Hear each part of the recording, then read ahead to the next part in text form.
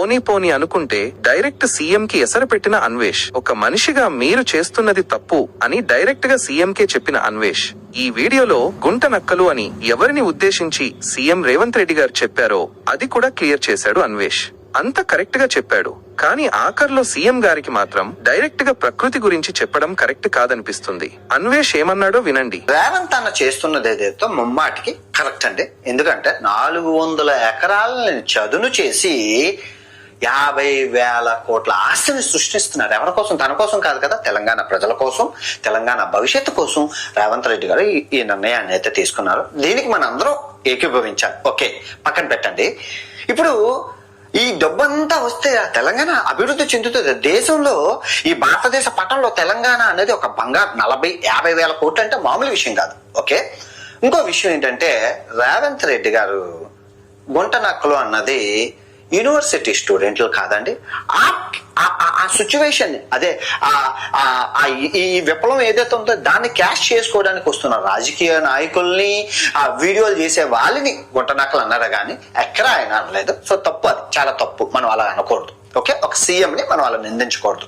Okay, ఇప్పుడు మీకు నేను ఒక కథ చెప్తాను. ఆ కథని పూర్తిగా విన్నాక న్యాయం ధర్మం రేవంత్ అన్న కరెక్టా, స్టూడెంట్స్ కరెక్టా అన్నది మీరే తేల్చాలి. ఓకే, ఇది ఈ వీడియో చూసే ప్రతి ఒక్కరి బాధ్యతగా చూడండి. ఫస్ట్ అయితే ఒక లైక్ కొట్టండి. అవతార్ సినిమా అయితే చెప్తున్నాను మీకు. చాలా నేను ఏ టాపిక్ టచ్ చేయను, నాకు తెలిసిన టాపిక్ నే టచ్ చేస్తాను. జాగ్రత్తగా వినండి. మీకు అవతార్ సినిమా చెప్పబోతున్నాను. ఏంటండి అవతార్ సినిమా ఎందుకు చెప్తున్నారంటే చాలా ఇంపార్టెంట్, మీరు అందరూ తెలుసుకోవాలి. అవతార్ సినిమాకి మీరు ఇప్పుడు వెళ్ళబోతున్నారు. మీకు విజువల్ ఎఫెక్ట్స్ అన్ని పెట్టి చెప్తాను. ఫస్ట్ అయితే లైక్ కొట్టండి. లైక్ బటన్ నొక్కండి.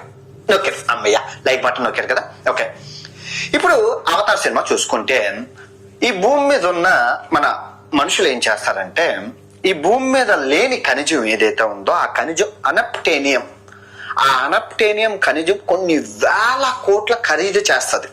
సో ఆ అనప్టేనియం ఖనిజం అన్ని గ్రహాలు నవగ్రహాలు దాటేసి ఆ తర్వాత గ్రహం ఏదైతే ఉందో పాండోరా, ఈ గ్రహం ఉంది కదా, ఈ పాండోరా గ్రహంలో ఉంటది అనప్టేనియం అనే ఖనిజం. సో అది ఇంత మొక్క తెస్తే చాలు, చిన్న మొక్క తెస్తే చాలు కొన్ని వేల కోట్ల ఎనర్జీ అన్ని వస్తాయన్నమాట భూమి మీద. సో దానికోసం అని చెప్పి ఈ భూమి మీద మనుషులు ఎవరైతే ఉన్నారో ఆ మనుషులందరూ కలిపి 5 సంవత్సరాలు ప్రయాణించి ఈ పాండోరా గ్రహానికి చేరుకుంటారు. సో మన భూమి మీద మనుషులు ఎలా మనం ఉన్నట్లే ఈ పాండోరా గ్రహం మీద కూడా నావీ జాతి తెగ వాళ్ళు ఆటవిక మనుషులు ఉంటారు. మనకన్నా కొంత ఎత్తు ఉంటారు, నీలం రంగులో ఉంటారు. సో వీళ్ళు అక్కడ అడవి మనుషులు, అంటే వాళ్ళు టెక్నాలజీ లేదు మనలాగా, మన గ్రహం మీద ఉన్నట్టు టెక్నాలజీ వాళ్ళకి లేదు, అంతా అడవి మనుషులే. సో వాళ్ళ దేవుడు ఈవా దేవుడు. మనకి ఎలాగా దుర్గమ్మ, మైసమ్మ, పోచమ్మ, తర్వాత యేసు ప్రభువు, అల్లా మనకి ఎలా మనుషులకు ఉన్నామో ఆ పండోరా గ్రహం మీద కూడా ఏవా దేవుడు ఉన్నారు. ఆ ఏవా దేవుడు ఒక చెట్టు రూపంలో ఉంటారు, పెద్ద చెట్టు. సో ఆ చెట్టు కిందనే ఈ అనప్టేనియం అనే ఖనిజం ఉంటది. ఓకే, సో ఈ ఖనిజం ఆ చెట్టు కింద ఉంది. సో మరి కాకపోతే మరి ఆ ప్రజలందరికీ మరి అది కుల దైవం కదా, ఏంటి మీ దైవాన్ని కూల్చేసి మేము ఆ ఖనిజాన్ని మేము మా భూగ్రహానికి తీసుకెళ్లిపోతాం అంటే వాళ్ళు ఒప్పుకుంటారో ఒప్పుకోరు. అప్పుడు ఈ మనుషులు ఏం చేస్తారు, వాళ్ళ రూపంలో మారిపోయి వాళ్ళతో స్నేహం పెంచుకొని వాళ్ళలో ఒక మనిషిలా కలిసిపోయి ఈ విషయం చెప్తారు. సో కాకపోతే ఈ మనుషులు టెక్నాలజీతో ఉండడం వల్ల వీళ్ళు ఆ గ్రహంలో ఉన్న ఆ చెట్టుని కూల్చేయడానికి, ఆ అడవిని నాశనం చేయడానికి బుల్డోజర్లు, హెలికాప్టర్లు, ఏరోప్లేన్లు ఇవన్నీ తీసుకెళ్తారు. ఇది ట్యాంకర్లు, యుద్ధ సామాగ్రి, గెన్నలు, అమ్మో తుపాకులు అన్ని తీసుకెళ్తారు. సో ఆ ఎన్నిటితో వాళ్ళు వెళ్ళేసరికి ఎక్కడ అసలు కథ మొదలవుతుంది. సో వాళ్ళకి ఈ విషయం తెలిసిపోతుంది. అంటే నువ్వు వచ్చింది చెట్టును కూల్చడానికి, అడవిని నాశనం చేసేదానిక అంటే అవునని ఈ మనుషులు, ఆ కొందరు మనుషులు ఉంటారు, ఒక ముగ్గురు, వాళ్ళు వెళ్ళి చెప్పగానే అది తెలుసుకొని వాళ్ళు తిరగబడతారు. ఇంకా మన మనుషులం కదా, వాళ్ళంటే జంతువులు, వాళ్ళందరూ జంతువులతో సమానం. సో మనం మనుషులం కాబట్టి, మనం స్వార్థపరులం కాబట్టి మనం ఏం చేస్తామంటే మొత్తం అన్ని బుల్డోజర్లు, పెద్ద పెద్ద ట్యాంకులు, గన్నలు కట్టి అడవినంతా నాశనం చేసేస్తారు. సో ఆ అడవినంతా నాశనం చేసేస్తే ఆ దేవుడు ఏవా చెట్టు కూలిపోతే అక్కడ ఉన్న జంతువులన్నీ ఏడుస్తూ ఉంటాయి. పాపం మరి అందులో కూడా చాలా రకరకాల జంతువులు ఉంటాయి. ఎంత మీరు సినిమాలో చూసారు, ఏడుస్తూ ఉంటాయి. చాలా బాధాకరమైన విషయం, ఎందుకంటే జంతువులన్నీ ఏడుస్తూ ఉంటాయి. సో అప్పుడు ఏమవుతుందంటే వీళ్ళు ఆ ఖనిజాన్ని టచ్ చేసుకోవడానికి వెళ్తారు. ఆ తర్వాత ఈ హీరో ఏం చేస్తారంటే ఈ మనుషులకి, మన మనుషుల్లో నుంచి వెళ్ళిన వాళ్ళ మనుషుల కింద మారిపోయి వాళ్ళకి సపోర్టుగా మనుషులతో యుద్ధం చేసి మీరు ఏం చేశారు అన్నది కథ మీరు చూశారు. ఇక్కడ మీకు అర్థమైన కథ ఏంటి, మీకు అర్థమైన నీతి ఏంటి? ఒక ఖనిజం విలువ చేసిందే, ఖనిజంలో తప్పులేదు. ఆ ఖనిజం కోసం అడవిని నాశనం చేసేటప్పుడు అడవి మనుషులంతా, ఇక్కడ మీరు ఒకటి నోటీస్ చేసుకోవాలి, ఇక్కడ ఉన్న నావీ ప్రజలు ఏం చేశారు? ఆ హీరోని ఈ మనుషుల్ని ఓడించడానికి ఏం చేశారు? ఆ ఒక్క తెగ మొత్తం ఇక్కడ ఉన్న అన్ని తెగలతో కలిపి అందరూ మొత్తం ఈ గ్రహంలో ఉన్న అందరూ ఏకమయ్యి యుద్ధానికి దిగి విజయం సాధించారు. సో సేమ్ ఇక్కడ కూడా ఇప్పుడు ఈ అవతార్ సినిమాను పక్కన పెడితే ఈ యూనివర్సిటీ కథ కూడా ఇలాగే ఉంది. సేమ్ అడవులు, జంతువులు, బుల్డోజర్లు, గెన్నలు, పోలీసులు అన్ని సేమ్ డిటో. ఇంచు కూడా అవతార్ సినిమాకి ఈ సినిమాకి ఇంచు కూడా ఎక్కడ చేంజ్ లేదు. మీరు అవతార్ సినిమా చూసిన వాళ్ళు ఉంటే కామెంట్ చేయండి. సో నేను రేవంత్ అన్న గారికి మళ్ళీ చెప్తున్నాను, మీరు చేస్తుంది రైట్.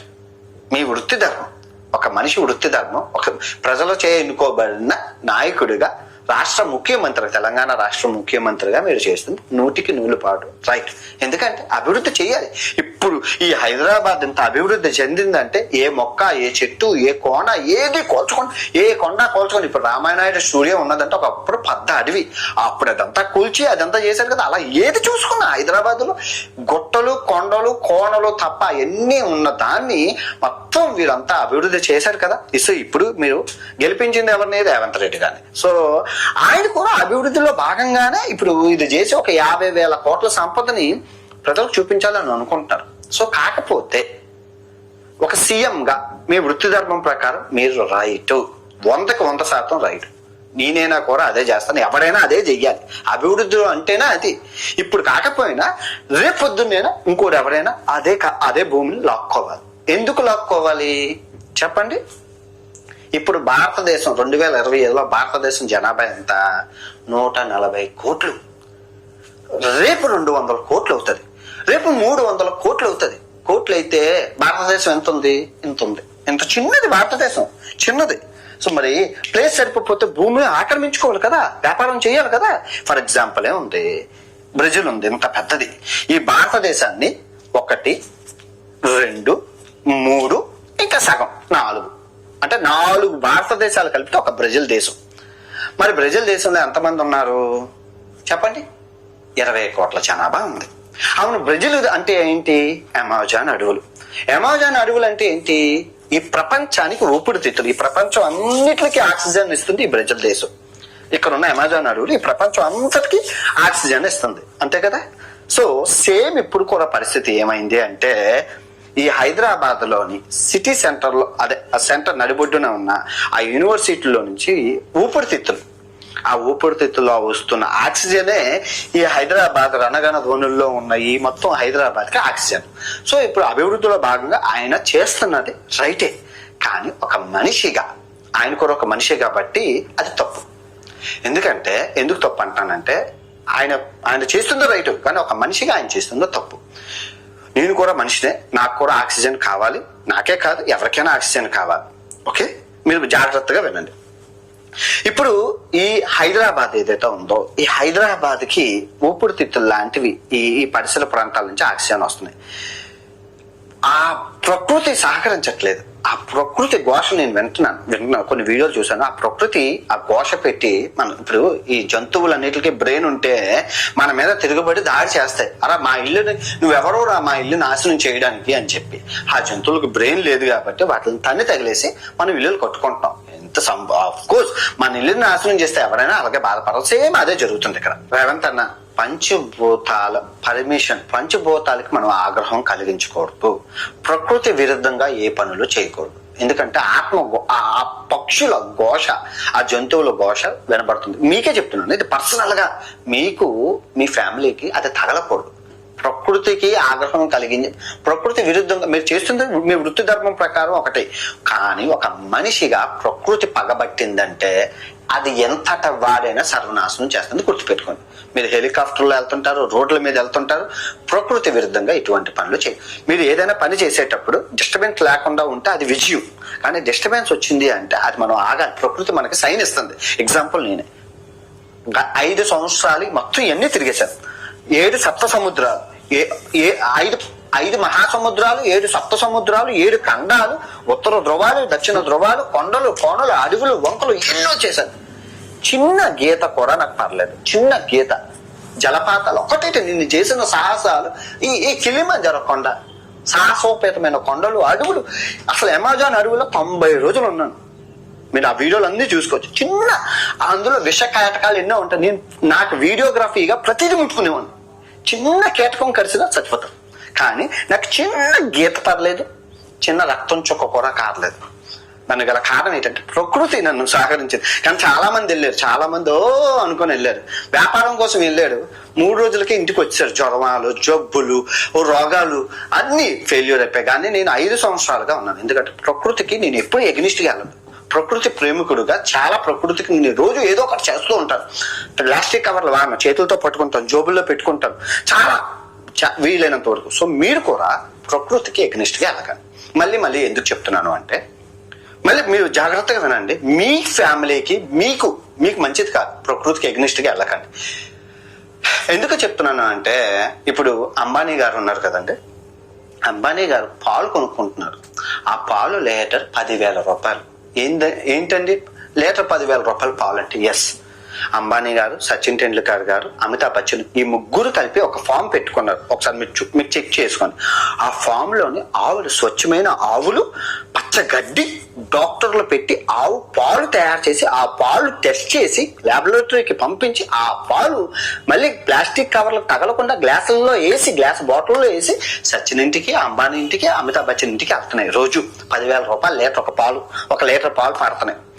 కానీ ఇప్పుడు మనం ఏం తాగుతున్నాము? 60 రూపాయలకి, 50 రూపాయలకి, 100 రూపాయలకి పాలు వచ్చేస్తున్నాయి. సో ఇప్పుడు వాళ్ళు తాగింది మనం తాగింది ఏంటి తేడా అంటే, అనారోగ్యమైన పాలు. పాయింట్ 1. పాయింట్ 2, ఇప్పుడు చిరంజీవి గారు కానీ, బాలకృష్ణ గారు కానీ, కేటీఆర్ గారు కానీ, కేసీఆర్ గారు కానీ, ఎవరైనా డబ్బున్న వాళ్ళు తినేది ఆర్గానిక్ బియ్యం. ఆ బియ్యం ఎంత? కేజీ ఎంత? 600 రూపాయల నుంచి 1000 రూపాయలు ఉంటాయి. ఆర్గానిక్ అంటే కెమికల్ వేయకుండా. అన్నం చాలా ముద్దగా ఉంటది, ముద్దగా ఉన్నా కూడా ఆర్గానిక్, కెమికల్ ఫ్రీ. అటువంటి అన్నాన్ని ఎవరు తినేవాళ్ళు? మా తాతలు, మా ముత్తాతలు, ఆ తాతల కాలం నాటి తినేవాళ్ళు. కానీ ఇప్పుడు మా అమ్మ, మా నాన్న ఏం తింటున్నారు? గవర్నమెంట్ ఇచ్చిన రేషన్ బియ్యం తింటున్నారు. అనారోగ్యం కదా, కెమికల్ రైస్. అంతేనా? మరి వీళ్ళు తింటుంది, మా అమ్మాయిలు తింటుంది ఏంటి అంటే అంతే. ఇప్పుడు వీళ్ళ హీరోలకి వీళ్ళకి బీపీ షుగర్లు లేవు, కానీ మా అమ్మకి బీపీ షుగరు, మా నాన్నకి బీపీ షుగర్, అన్ని రోగాలు, చక్కెర, ఎన్నో రోగాలు ఉన్నాయి. సో ఇక్కడ నేను కూడా ఏం చెప్తున్నానంటే, ఈ హైదరాబాద్కి ఊపిరితిత్తులు, గాలి, ఆక్సిజన్ ఎక్కడి నుంచి వస్తుందో అది మీరు చూడండి, చాలా అవసరం. ఎందుకంటే ఇప్పుడు ఈ 400 ఎకరాల్లో ఉన్న చెట్లని తయారు చేయడానికి బ్రహ్మదేవుడికి కానీ, విష్ణువుకి కానీ, శ్రీకృష్ణ, అసలు ఏ దేవుళ్ళకైనా 10,000 సంవత్సరాలు పడుతుంది తయారు చేయాలి. ఒక సైన్సే వచ్చినా 10,000 సంవత్సరాలకు తయారు చేయగలరు. సో అటువంటి దాని నాశనం మనం చిటికలో చేసేయచ్చు. విదేశాల్లో మీరు చూసుకుంటే, కెనడా కానీ ఏ దేశాల్లో అయినా పర్యావరణాన్ని బాగా కాపాడుతున్నారు. ఇప్పుడు ఈ కెనడాలో ఒక చెట్టు, ఒక మనిషికి 10,000 చెట్లు, 1000 మందికి ఒక సరస్సు ఉంది. కానీ మన భారతదేశంలో 10,000 మందికి ఒక చెట్టు ఉంది. సో మనం ఆ చెట్టుని కూడా మనం తొంచడం అనేది, అధిక జనాభా కలిగిన భారతదేశం, చైనా కూడా ఇదే సమస్య బాధపడుతుంది, మన భారతదేశం కూడా ఇదే సమస్య. అభివృద్ధి అందరికీ అవసరమే, కానీ దానికి ఇంకా మార్గాలు ఉన్నాయి. మనం ముందు సెంటర్ లో ఉన్నదాన్ని మనం నాశనం చేయాలి. ఎందుకంటే ఎక్కువ ప్రజలు ఎక్కడ ఉంటారు, ఇక్కడ కార్బన్ మనకి పర్యావరణానికి మొత్తం కాలుష్యం ఇక్కడి నుంచే రిలీజ్ అవుతుంది. దానికి ప్రత్యామ్నాయంగా చెట్లు ఉండాలి, ఆక్సిజన్ రావాలి. సో మీరు అర్థం చేసుకుంటారు అని అనుకుంటున్నాను. యాజ్ అ సీఎం గా మీకు అన్ని తెలుసు, మీరు చూడండి, మీరు చేస్తున్నది మంచి, కానీ ఒక మనిషిగా ఒకసారి ఆలోచించండి. సీఎంగా నేను తప్పబడ్డాను. అభివృద్ధి కోసమే కదా జనాలు ఓట్లేసి గెలిపించింది. దేనికి? అభివృద్ధి కోసమే. మా అభివృద్ధికి మళ్ళీ ఆటంకం కలగకూడదు. కానీ ఇక్కడ ఆ కానీ అనేది చాలా ఇంపార్టెంట్. ఇంతవరకు వెళ్తాం, అంతవరకు. ఇంకా ఆ యూనివర్సిటీని కూడా కూల్చేసి రేపు ఇంకో సీఎం వస్తా అటు ఆ యూనివర్సిటీ కూల్చేసి అభివృద్ధి అని చెప్పి ఇంకోటి ఇంకా అలా చెప్పుకుంటూ పోతే మొత్తం హైదరాబాద్ మేడల్ లాగా ఉంటది. ఏది దుబాయ్ లాగా. కానీ దుబాయ్లో ఇప్పుడు ఏం చేస్తున్నారు? Simple logic. వర్షం కోసం అదే డబ్బుని ఖర్చు పెడుతున్నారు. వర్షం ఉండట్లేదు. ఇదండి, ప్రకృతి పగబట్టిందంటే అసలు ఏ దేశమైనా సర్వనాశనం అయిపోతుంది. ఎగ్జాంపుల్ నిన్నే చూశారు, బ్యాంకాక్ మొత్తం షేక్ అయిపోయింది, భూకంపం వచ్చింది. చూడండి, అంత పెద్ద బిల్డింగ్లు తప్పమని నేల కూలిపోయాయి. సో ప్రకృతికి విరుద్ధంగా ఏ పని మనం చేయకూడదు.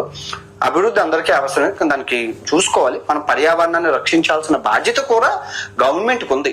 ఎందుకంటే అధిక జనాభా కలిగిన దేశాలు భారతదేశం, అధిక జనాభా కలిగిన ఈ చైనా ఈ రెండు దేశాలు సగం ఈ భూమండలాన్ని నాశనం చేస్తున్నాయి. అది మనకు రాకూడదు. ఈ చెట్టు అనేది, ఒక చెట్టు పెంచడం చాలా కష్టం, కానీ చెట్టుని పరగొట్టడం చాలా ఈజీ ఇప్పుడున్న సిచ్యువేషన్ లో.